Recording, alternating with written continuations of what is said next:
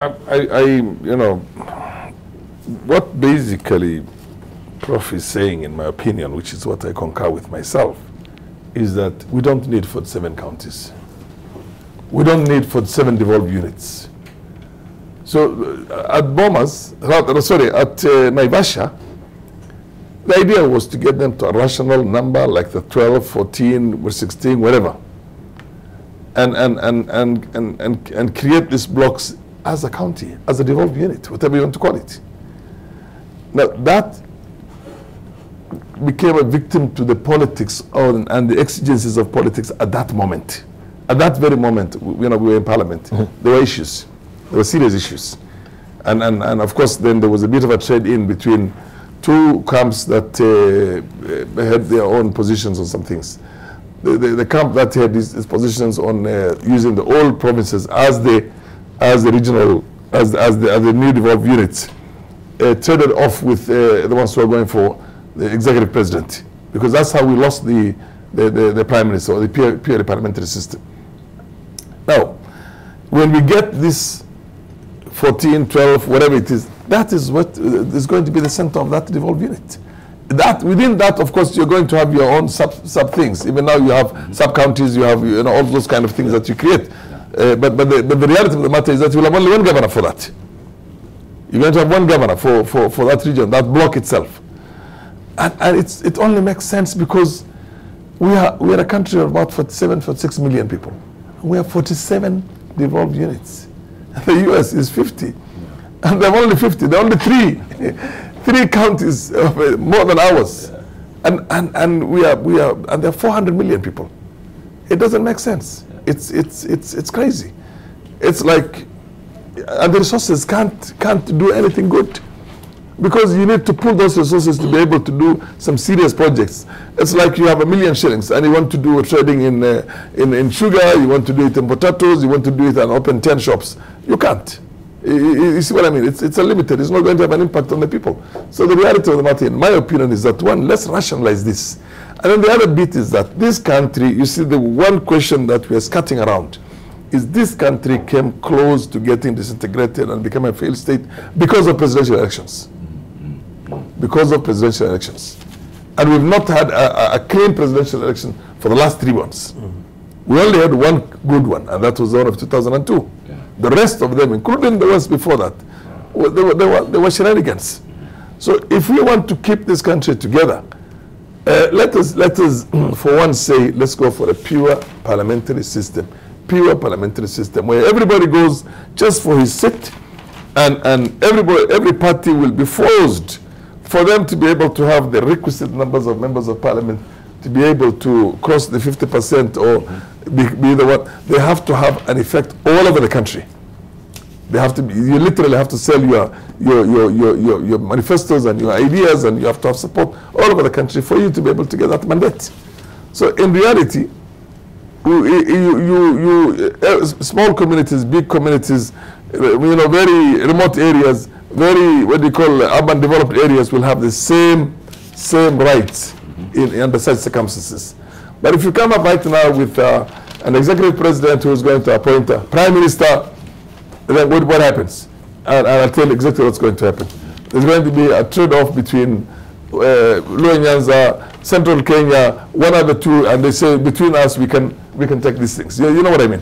And that's it. The rest of the country is going to be out there in the cold, because then they will be able to get the requisite numbers of votes, because that's where the blocks of the votes are. Thank you, Farah. Well, so if you don't want, now we're getting problems of people who supported Raila. That includes me also. For the last 3 elections, I supported him. Before that, I also supported his father. Would say now our votes are stolen. What is going to happen is that when somebody cannot say your votes are stolen and you are marginalized completely, you take up arms. Thank you. You get my point? You go and seek your own rights by saying, sorry, I'm not going to stay in this country and be part of this country as a slave. Thank you. Then you'll see the thing like Parisi Kenya and a lot of things that are going to come out. Thank you, Farah. Let's just also close this chapter on regional government with Alice Wahome. Good morning, good to see you. Morning, Dibara. Yes, then we'll buckle down to BBI, the back and forth on the BBI as well.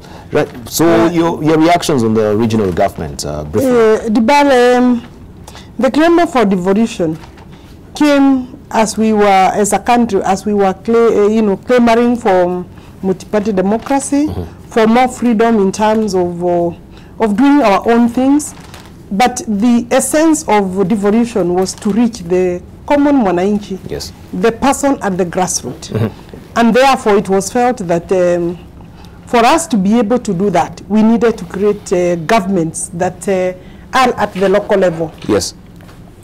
And of course, I think the initial thought was to start devolution following the structure of provincial administration, the so-called provincial administration that was already in application or in practice. We didn't do that as a country because obviously the interests of the people that were managing the constitutional movement, the stakeholders, the interests were huge. Now that we did not do that and we are here where we are, we created 47 counties. Today, the bar, and I want to be clear on this table, the problem of the ordinary Kenyan has not been addressed. Services have not yet reached the common person at the grassroots. And when I say that, I have in mind the dispensary at the location level that is being managed by either one or two or nurse. I'm thinking about the health centers. I'm thinking about the small feeder roads. I'm thinking about footbridges. I'm thinking about the polytechnic. I'm thinking about services at the, for the early childhood education. If the devolution outfits at the moment are not managing those services and people cannot feel properly the essence of devolution, and that now you are now talking about creating a regional government, I think that we are being very dishonest to Kenyans. I honestly feel that at the moment Kenyans want a conversation of how their lives can be impacted by the funding that we are already giving to the counties. The governance structure at the moment is a load, and Kenyans have said that they feel they cannot manage it. You now are talking about, with this BBI claimer, the conversation is among the politicians. It's not among the Kenyans. Who has started this debate?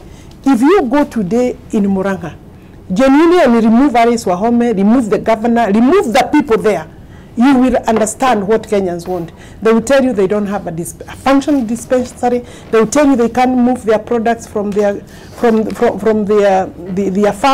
They will tell you they are dying because the drugs are either fake, they are generic, they are what. They will tell you their milk pricing is bad. They will tell you coffee is not being bought because there are brokers around. And they will tell you education is going down because 100% transition has not been supported by the requisite funding. I think that today, if you tell Kenyans that they should add another level of, because Farah is talking about a different thing from the three. Farah is talking about a regional government without county governments. You also have to ask Kenyans whether they want to go that route. At the moment, nobody is willing to tell Kenyans that they don't want the 47 counties must be replaced by regional governments. That's not the conversation. The conversation at the BBI forums is for creation of another level of government. And therefore, then maybe thereafter then come and sneak removal after you have already created. Let's tell the Kenyans now that we are removing devolution, it is not working for you, and a regional government is the one that will work. What do you think Kenyans' answer will be? That if the one nearer us has not brought services to us, then a further government, like if it is Mount Kenya, then you take it to Nyeri, then it will be harder. Thank you.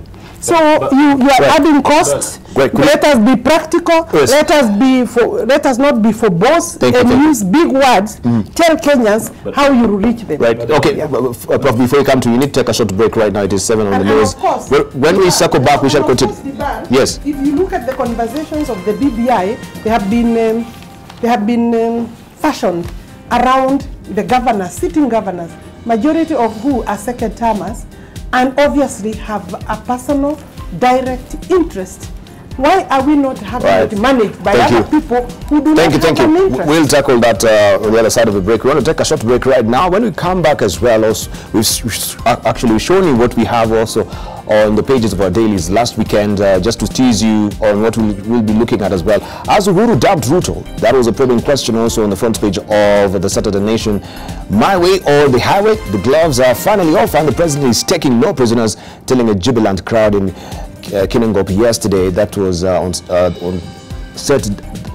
Friday, right? That he has no preferred successor, as those he entrusted with his legacy have turned into hyenas. That is on the front page of the Saturday Nation. Also, Sunday Nation was holding this headliners plot to impeach Ruto. Can a united parliament succeed where Orengo failed last year? Headline loyalist at center of plan. They accuse the DP of plotting the same against Uhuru. Team to firm up motion in Nyanyuki Hotel. You have the full coverage also on 6, 10, 20 and 21 of Sunday Nation if you missed. And of course today's, that is the headlining story. There's no stopping me, Ruto declares. DP appears to contradict Uhuru on tours to launch development projects that we shall be looking at also on the other side of the break. Don't go away, much more coming up on the